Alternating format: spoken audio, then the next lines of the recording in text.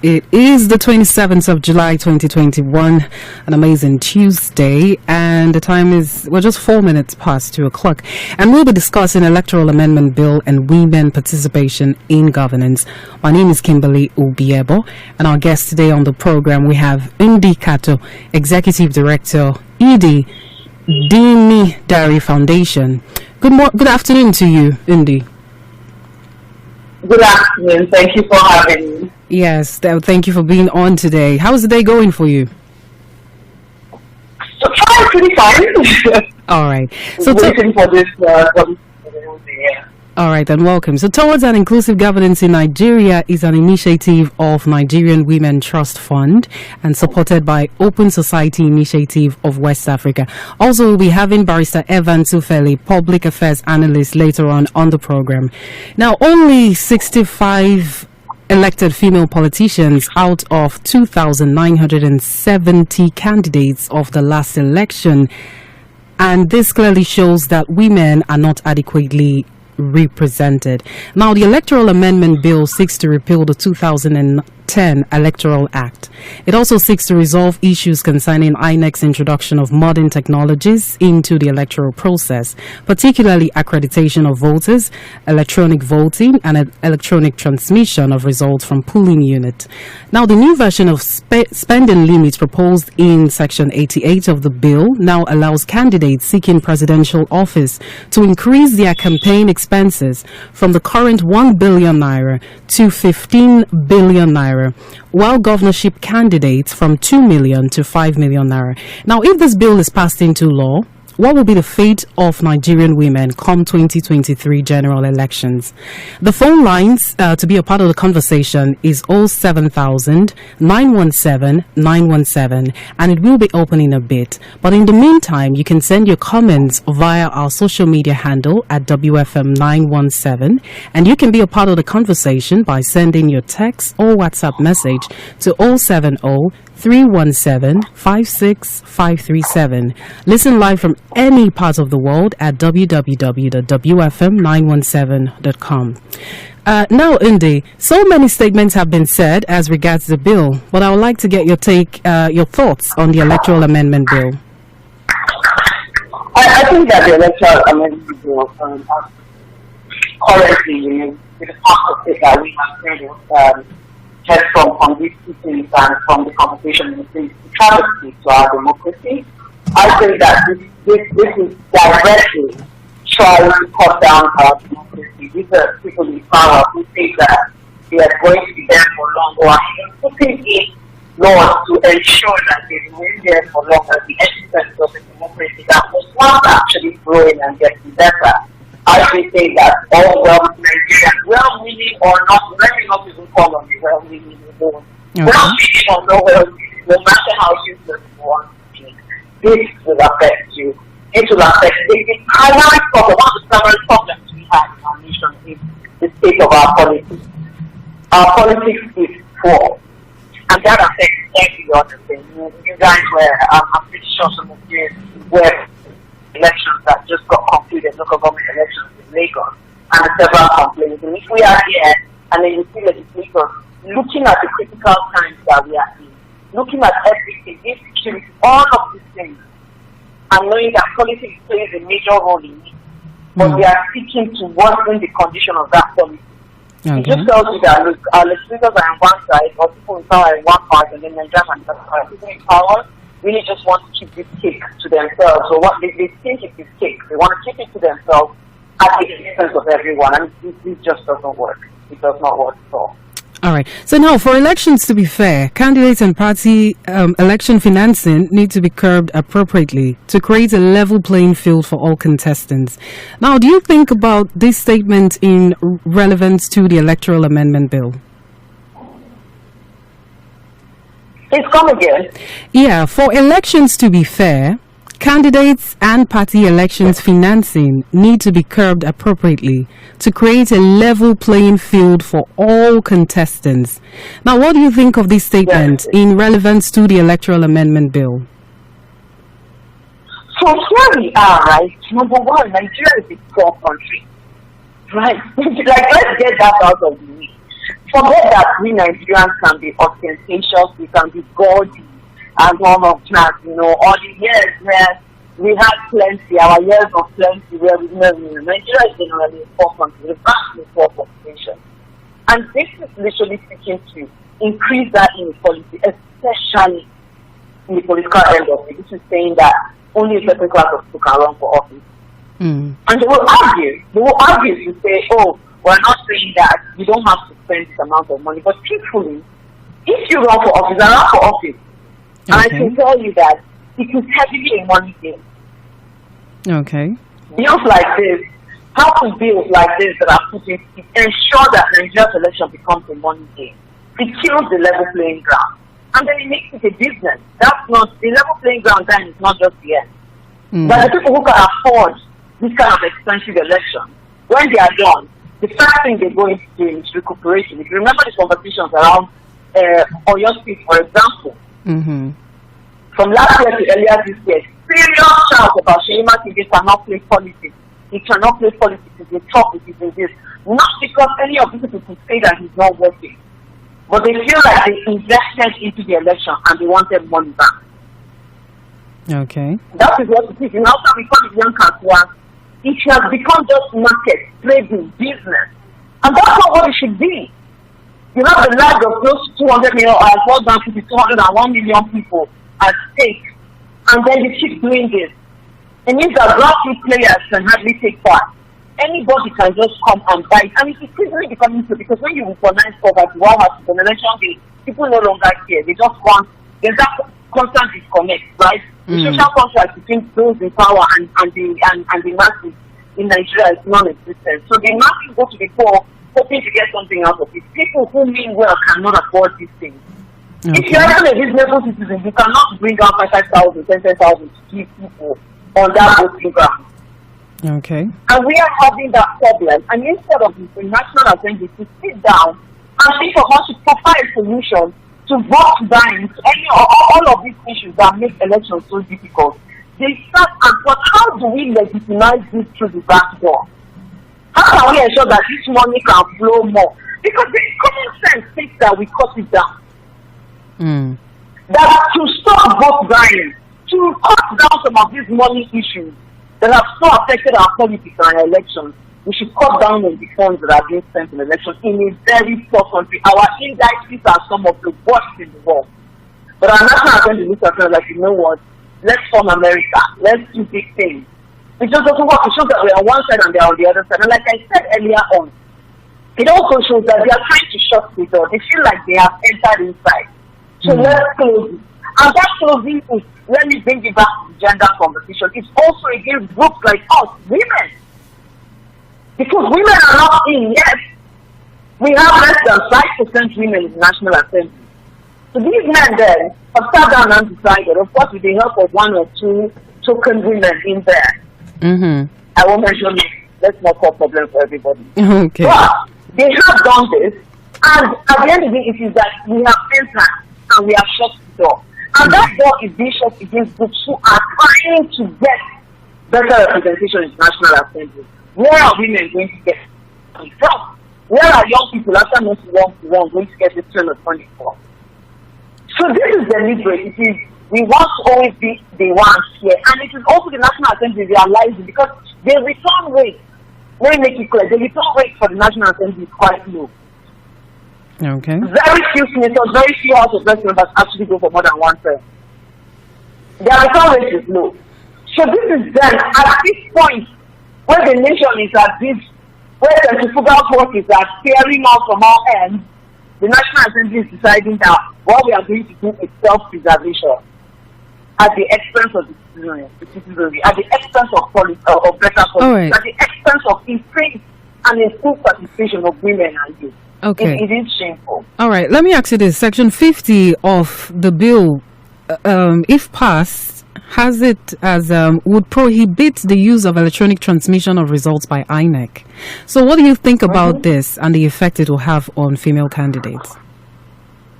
Again, and you know what is those of us in civil society have fought so hard. We fought so hard to ensure that what's the name?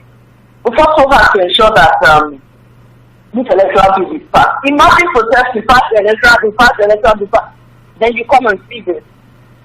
One, this electronic transmission, I remember Kaduna State local government elections that happened 4 years ago.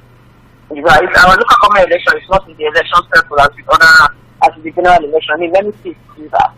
And our government attempted electronic transmission. What happened at the end of the day was that the opposition party actually cemented quite a number of local government seats, right? Yeah. And this is not usually ruling parties just write everything to themselves. But what we saw with that electronic transmission was that it was much easier for people to defend their vote. It was not easier. We saw people, like, you need to see what happened. And at the end of the day, was the election still rigged? People surrounded it, they were carrying the news. It was such a funny thing. But at the end of the day, this works in favor of people. So if you see people see examples, critical examples of this, but then are also trying to make things work for us. INEC has said that they have the capability to do the transmission of results. Then what you want to do, already we have a problem with our Independent National Electoral Commission, right? It's not that independent. If the order of our Independent National Electoral Commission and all the commissioners in the 36 states plus SCC are appointed by the president, how independent is it? Right? So we have this already as a problem that we need to solve. But with the National Assembly looking at that, no, so we ran with 6, and then we went after this. But don't want to go after this. We said to increase government presence in the Independent National Electoral Commission's activities. So now, the Independent National Electoral Commission has to go through 2 government organizations. Those ones now, I think it's NICDA, right, and NCC. They have to say, yes, you can transmit. Who appoints the order of NICDA? The president.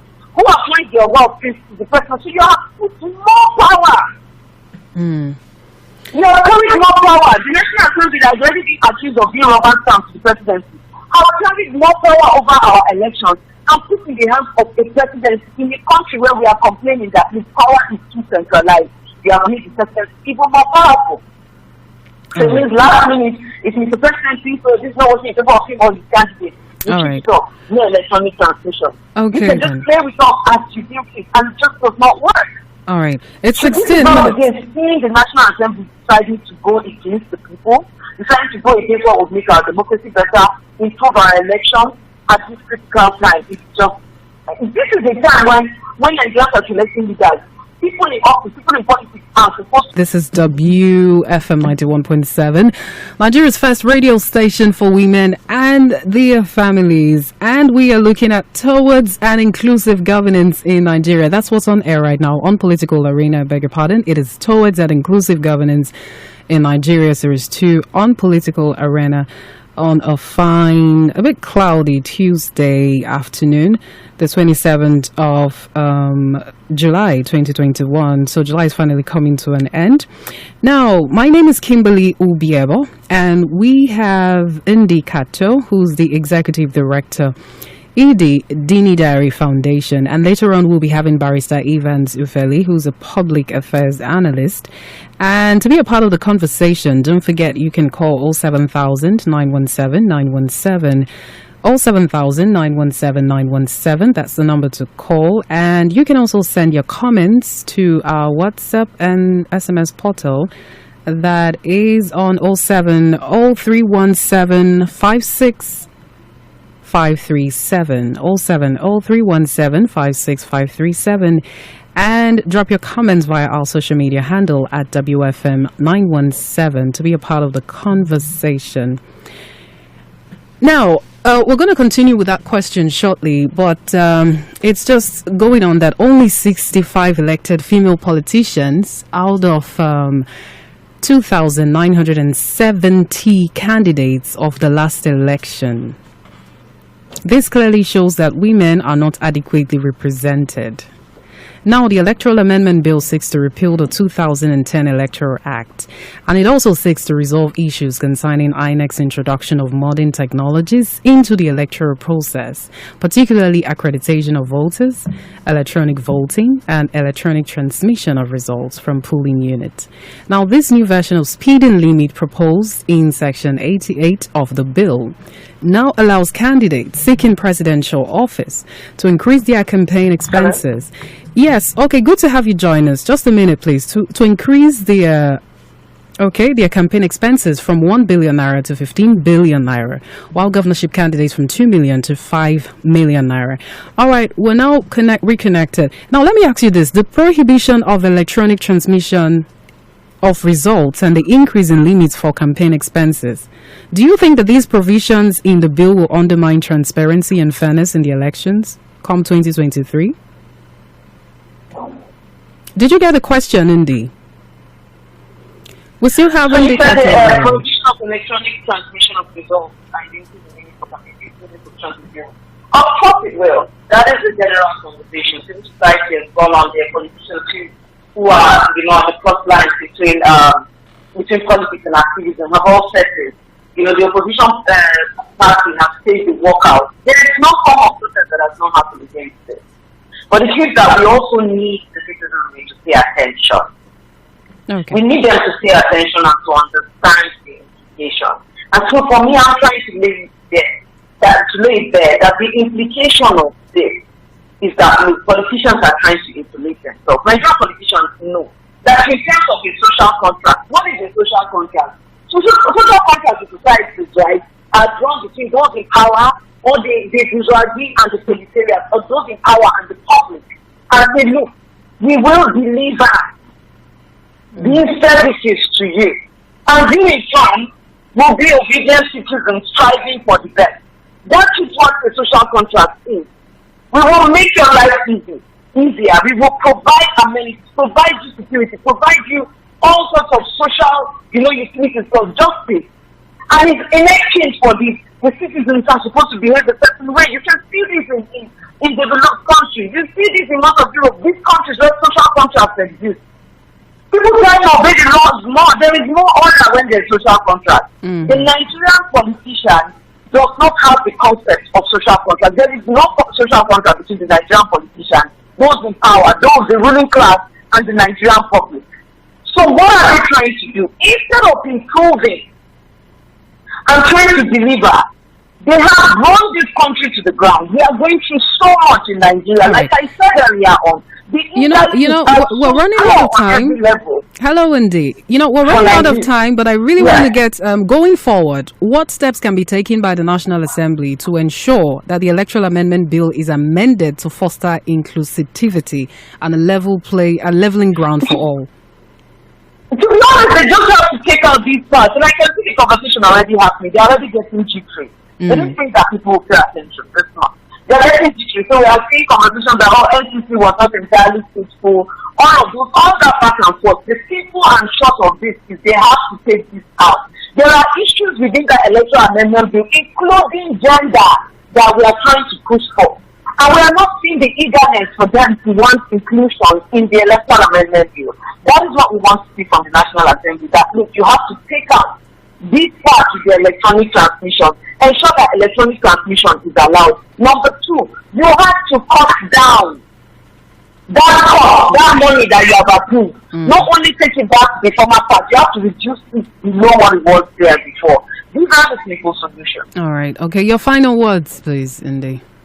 Or do we take it that those are the final words? Yeah. Nigerians need to pay more attention. We need to pay more attention. We need to be more vocal. Because the more we speak, they are shaking. They are banking on our silence. They are banking on our ignorance. So we need to be more vocal. Let them know that they will not get away with this thing. That's it. Thank you so much for joining us today. All right, thank you to Indy Kato. And now it's towards an inclusive governance in Nigeria on Political Arena on WFM 91.7, where we discuss politicking in Nigeria. Towards an inclusive governance in Nigeria is an initiative of Nigerian Women Trust Fund and supported by Open Society Initiative of West Africa. On Political Arena today, we are discussing Electoral Amendment Bill and women participation in governance. So, like I said, Political Arena on WFM 91.7. It is 24 minutes past 2 o'clock. And now we'll be having Barrister join us shortly on the program. But in case you're just joining us, so I'm going to say this again, only 65 elected female candidates, that's female politicians, I beg your pardon, out of 2,970 candidates of the last election. This clearly shows that women are not adequately represented. And the Electoral Amendment Bill seeks to repeal the 2010 Electoral Act. It also seeks to resolve issues concerning INEC's introduction of modern technologies into the electoral process, particularly accreditation of voters, electronic voting, and electronic transmission of results from polling units. The new version of spending limit proposed in Section 88 of the bill now allows candidates seeking presidential office to increase their campaign expenses from the current 1 billion naira to 15 billion naira, while governorship candidates from 2 million to 5 million naira. Now, if this bill is passed into law, what will be the fate of Nigerian women come 2023 general elections? That's the question we're asking. So be a part of the conversation by calling the phone lines on 07000 917 917. We are now connected with Barrister Evans Ufeli, a public affairs analyst. Hello, Barrister. Good to have you join us. Good afternoon. Good afternoon to you. How's the day going? Fine, thank you. All right, so welcome on board. Let me ask you this. So many statements have been said as regards the bill, but I would like to get your thoughts on the Electoral Amendment Bill, please. Yeah, the Electoral Amendment Bill is a bill that is targeted at improving the electoral standard of the country, improving our elections and the process for which we elect our leaders, which is very important. Every country takes that very serious.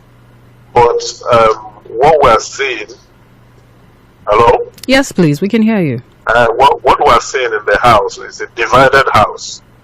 Okay. Divided House in the sense that the National Assembly, there are persons in that House that do not want electronic transmission of election results. Part of the argument or the reasons adduced to that is that there is no total coverage of internet facility in the country, and as such, they cannot adopt it. Some of them have said that we will vote yes, but it must be subject to confirmation of some other institutions in charge of the broadband and the internet facilities of the country. But when you look at it, I think Nigeria has come of age. Even that INEC have also said that they have a capacity to transmit. So I do not see any reason why we should still hold a decent view if virtually 90% of our transactions today are online. No, but I was talking about the Electoral Amendment Bill. Your thoughts? So many statements have been said as regards the bill. We're going to get on to the electronic transmission of results shortly. Okay. Yes, please. Okay, I jumped the gun. Yeah, it's fine. Yeah, the truth is that amendment is sacrosanct, and it is something that is of a very important phase in our national life right now. Okay. It will determine the nature and texture of elections in 2023. It will go a long way to impact on the process, and what we do today about the bill will determine whether or not we'll get it right in 2023. Okay. All right. I think we'll have a call. Hold on, Barrister. Hello. Good afternoon. Hello. Good afternoon, W. WFM. Welcome, please. What's your contribution? What's your name and where are you calling from? Yes. I will leave my name. I'm calling from Electoral. All right. Taiwo, right? Yeah. Can I just make a simple contribution to that? Yes, please. Go ahead. Yes. That is about the electronic transmission. Oh, boy. Hello? Yes, please. Go ahead. We thought we lost you there. Go ahead, please, Taiwo. Hello, Taiwo. All right. If you want to be a part of the conversation, don't forget you can... Hello? Taiwo, can you hear me? Yes, I can hear you now. Let's hear your contribution. Yes, thank you. It's about this electronic transmission of Results. Yeah. Yes. Can we do it in Nigeria today? No. Is it possible? Yes. I am a transmission engineer. I have represented this country more than 10 times in the global traffic meeting, that is telephone traffic meeting, as well as in the ITU. Hello? Apart from the father. Hello. Barrister, we'll be with you shortly. We have a caller on the line. Yes. I want to educate our people. And I want you in the media also to try and... All right, let's get your points quickly. What's your points as regards... Okay. Yeah. The point is that in Nigeria today, in many parts of this country, we don't even have telephone coverage of internet penetration. I want to make a specific example. In Ondo State, precisely in a place called Igbedo, anybody from that area listening may just come. Anybody from Igbedo area in Ondo State. Also, as today, they want to make a telephone in that area, they have to travel at about 2-3 kilometers on Okada to where they want to make a telephone. Up to today, I say Igbedo area, please find this out. That is in Ondo State. I mean, from many areas in Nigeria, even in my own village, that I am from Eastern Ekiti. That is where the governor of Ekiti comes from. If I want to call my people at home, a whole day, 2 days, I may not be able to reach them until maybe 3 days later. This is all right. Okay. Don't let us all right. keep ourselves. Thank you very much for your contribution, Taiwo. Thank you. All right, back to you, Barrister Evans. Now, you were saying about the okay, now let's move on to this one. For elections to be fair, candidates and party election financing need to be curbed appropriately to create a level playing field for all contestants. What do you think about this statement in relevance to the Electoral Amendment Bill? Can you come again with the question? I didn't get the question. For elections to be fair, did you get that one? Yes. Candidates and party election financing need to be curbed appropriately. That needs to be reduced appropriately to create a level playing field for all contestants. Now, what do you think about this statement in relevance to the Electoral Amendment Bill?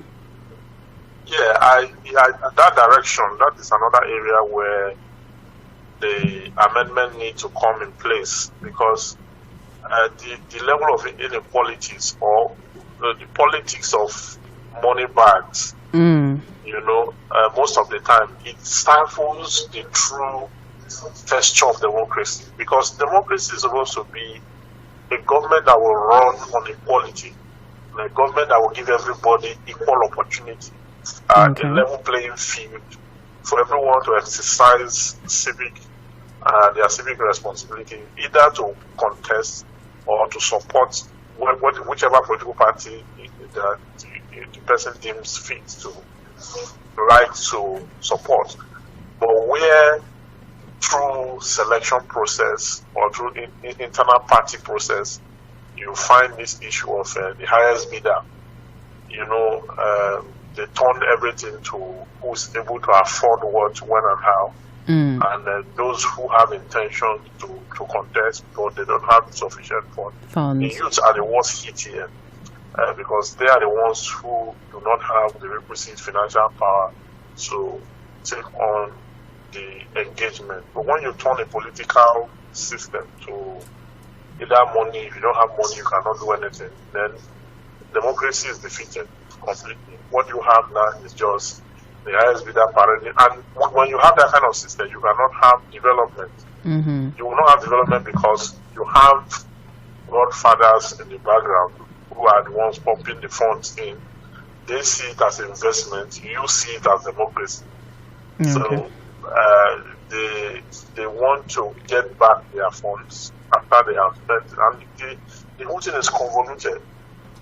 So you cannot run a democracy that way and then have the general population in the driving force or in the end result of what will transmit to good governance. All right.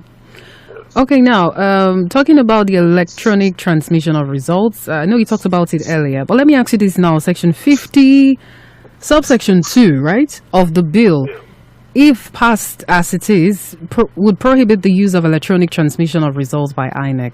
Now, what do you think about this and the effect it will have on female candidates? If what? Now, section 50, subsection 2 of the bill, if passed, would prohibit the use of electronic transmission of results by INEC. Now, what do you think about this? And also the effect it will have on female candidates. That's the focus, female candidates. What do you think the effect would be? If electronic transmission is shut out, then it means that whatever amendment they want to do will go to no issue. Because it will mean that breaking the process and vote buying will continue. It will continue because where most of the lawmakers, they know the point where elections are rigged. Sometimes it's not rigged during the voting process. It is rigged most of the time during the transmission process, and that's why that is very sensitive.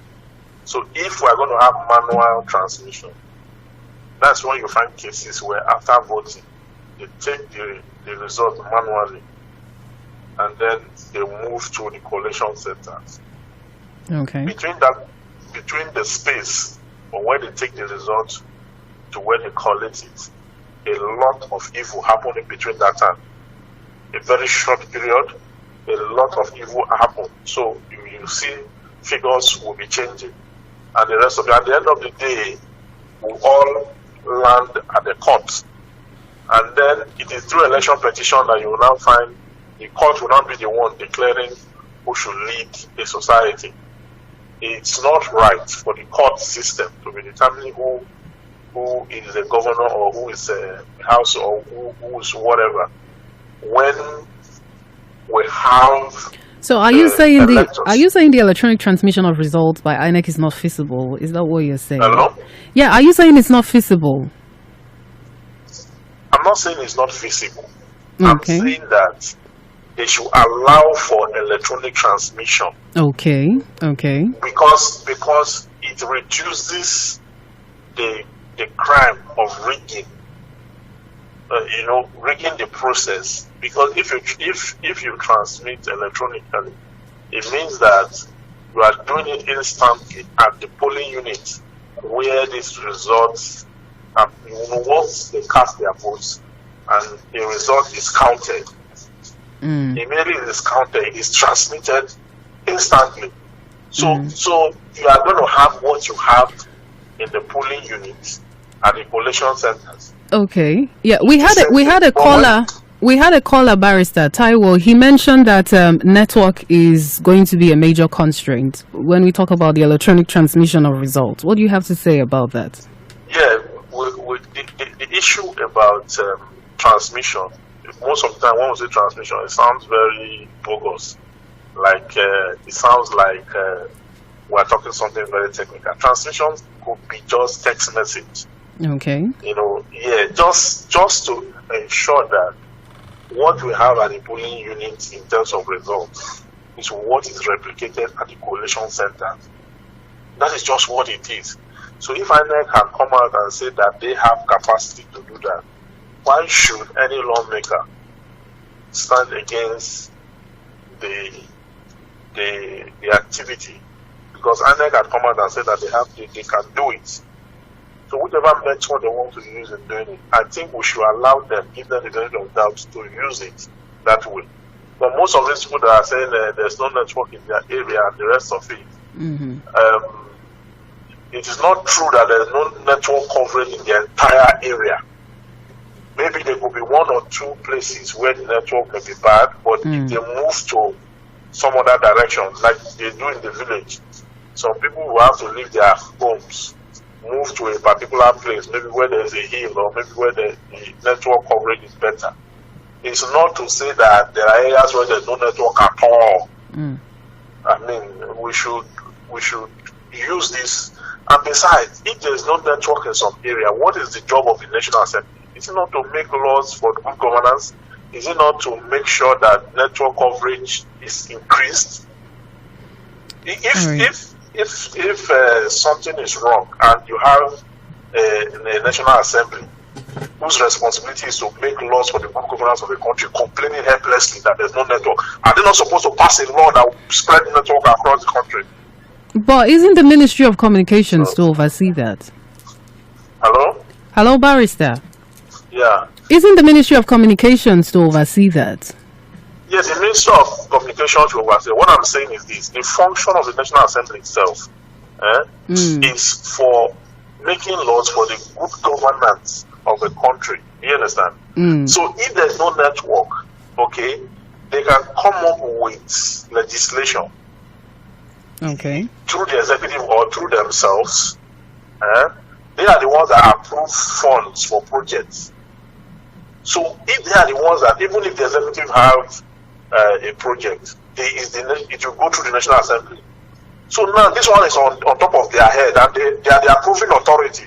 So why can't they do something, approve fund, whatever, to ensure that the network is spread across the country? All right. When they have the powers. Okay.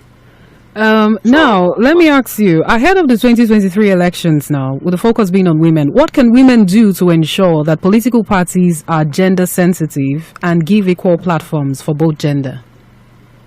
Well, I think the women politically are doing quite well these days. I've seen a lot of women come out to, vie for position, even though most of the time they are what? They are not allowed as much as they would want to be in the forefront. Most political parties have their meetings late hours, and then some of these women may not be able to cope in the mix and the rest of it. So I think that the political parties should give more room for women participation. I mean, the National Assembly should come up with a legislation, just like you have in. But away from the National Assembly now, the question is, what can women ourselves do? What can women do to ensure? And that's what I'm saying. Women should increase advocacy. Okay, on the subject matter. We have a call. We have so many people wanting to, contribute. Hello, WFM. Yes, I'm back again. All right, Taiwo. I want to correct the impression created by that our gentleman speaking just now. Okay. How can National Assembly legislate that a network should cover a particular area? It seems to have forgotten that this company, the telco, they are owned by private companies. Owned by private companies set up by certain law guiding them.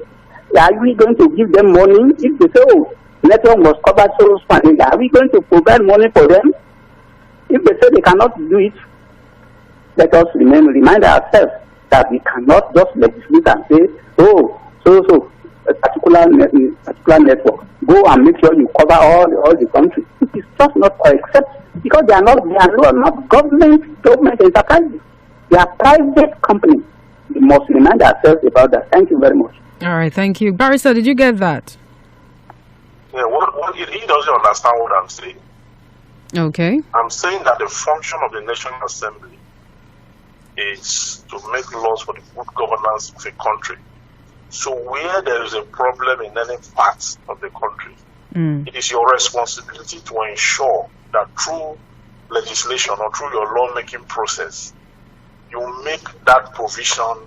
He's saying that the network companies, private companies, and whether is the National Assembly going to give them money to go and there's a way to go about these things. These companies are taxed. Okay, why don't you give them tax holidays so that the huge amount of funds that you extract from them, they can use it to increase network coverage and the rest of the. I am not. I know there are private companies. I'm not. There are creative ways of coming about resolving issues. This man is talking like you should, because no, he is trying to understand the point. No, he is trying to understand the point you're driving home. An impression, and I'm saying he has not corrected anything. Okay. Because he does not understand the premise for which I am talking from. Okay. And the premise is that there are creative ways, one of which I've mentioned, for which you can have this thing resolved, and not for the National Assembly to be crying helplessly that way, but they have powers to intervene in the situation by law. All right. Now, you talked about women advocating more. Now, what can women do to get adequate financial support to enable them run for offices? Well, financial support, I think they can congregate, form associations, do fundraising, look for donors, and then possibly get grants from the necessary authorities that do that. Okay, so long as their objective is clear and it's targeted towards realizing good governance, they can use different associations to do that, just like the main source for funds, and then raise funds through fundraising and so many other ways. They too can do that. We've seen how candidates, even in the US, raise funds for political campaigns, $10 here, $20 there, and the rest of it.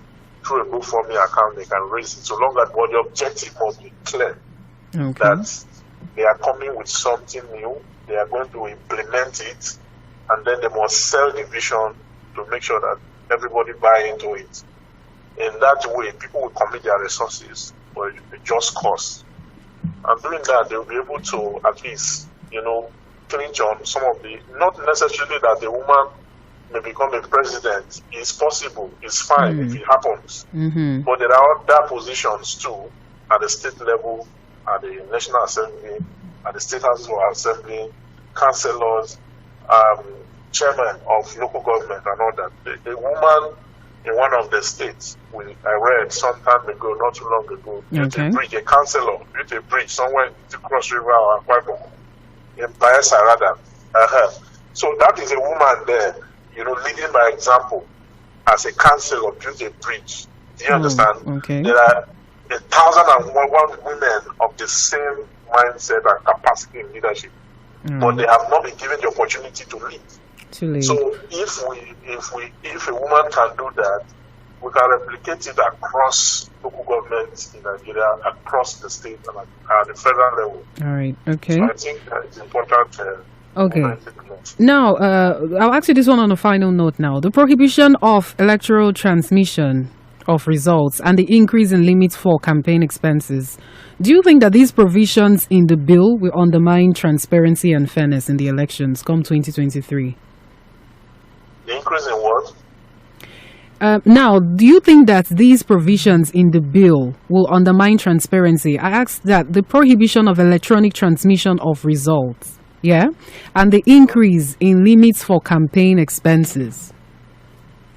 Well, in a way, it will have its negative effect, adverse effect on the transparency net of the election process, because if transmission is going to be done manually, your guess is as good as mine. During the process, a lot of things happen. It is through manual processes that sometimes ballot boxes are hijacked, sometimes election results, are dispossessed of the bearers and then taken to other locations to do all whatnot. So electronic transmission is one that will actually curb most of those errors. So, and if we are going to have a progressive democracy, we should be looking at new ways and new frontiers to break forth and then increase capacity.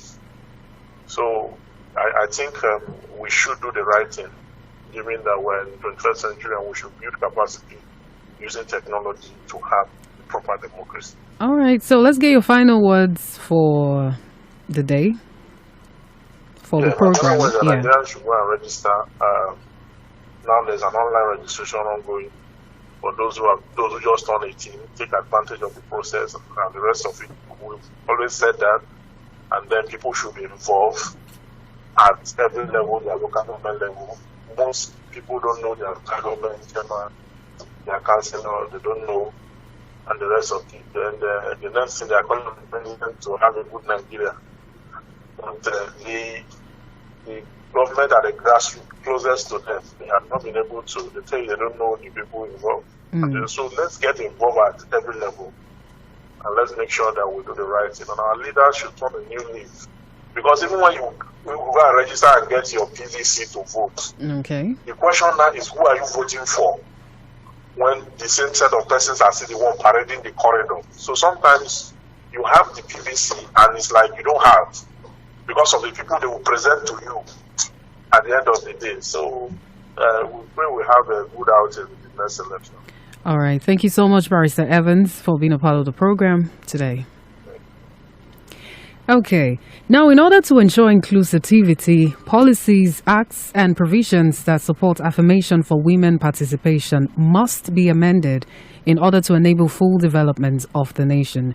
Civil society organizations and women interest groups have stated that constitution review and the passage and implementation of bills like Gender and Equal Opportunities Bill, Violence Against Persons Prohibition Act, and the amendment of the Electoral Act Amendment Bill will help address the marginalization of women in politics. And a nation that has 50% of its population out of decision-making process cannot grow.